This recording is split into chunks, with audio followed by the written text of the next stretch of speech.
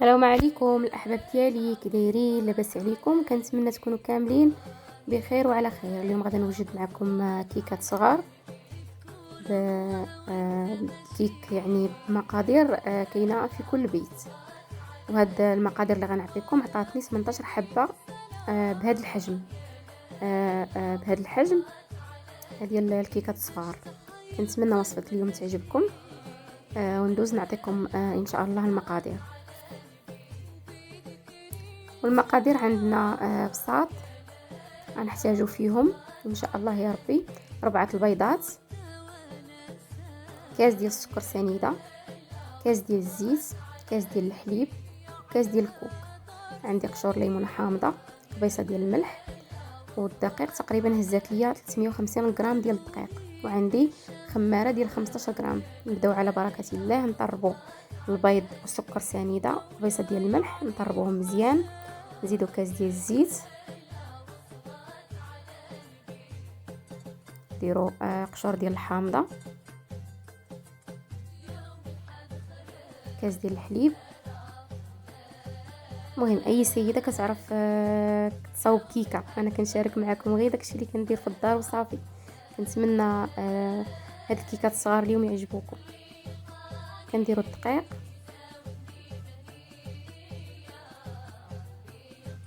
صافي كنخلط مزيان هاد المقادير، يعني كنزيد من بعد الدقيق وكنزيد الخميره، وصافي كنخلطهم مزيان مزيان.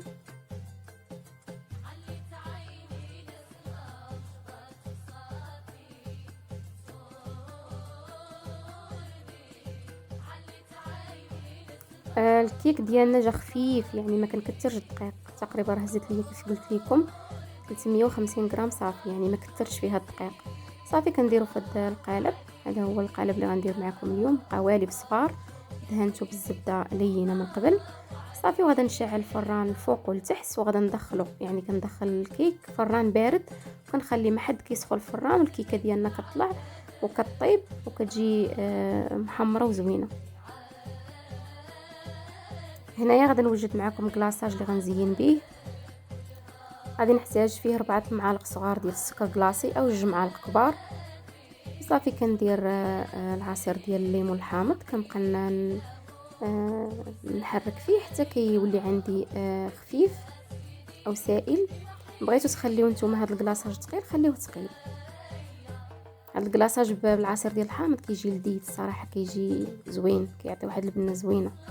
كنتمنى تجربوه مع اي كيك، ماشي غير هاد الكيكه اللي يعني هاد الكيكات اللي درت معكم اليوم. صافي غنخليوه على جنب.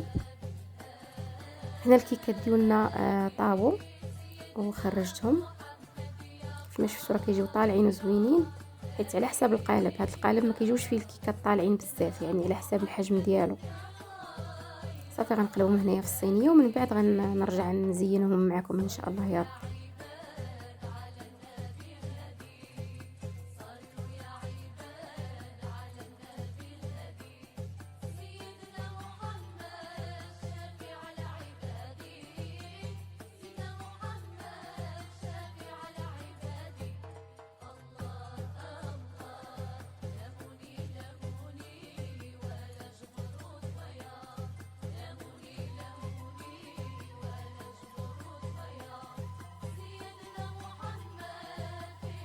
وهنايا غادي نزين معكم هاد الكيكات، راه حتى بديت كنزين فيهم وتقطع ليا التصوير، المهم ماشي مشكل.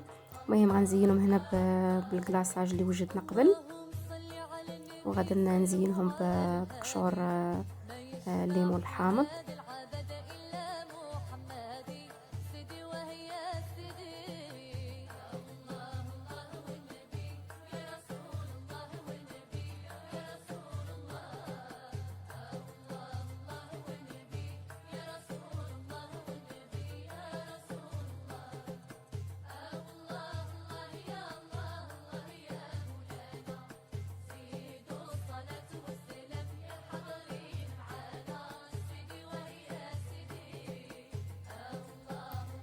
صافي هادو هما الكيكات ديالنا بعد ما زيناهم بالكلاصاج وقشور الحامض.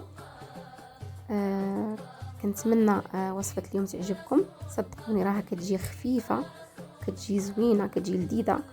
وهذاك الكاس ديال الكوك كيعطيها واحد اللذه زوينه، وحتى هذا البلاصاج فيه واحد اللذه رائعه.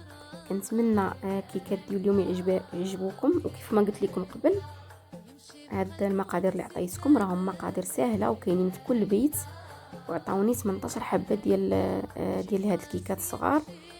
كنتمنى تجربوهم، وشكرا لكم بزاف على المشاهده، وامسيه سعيده ومع السلامه.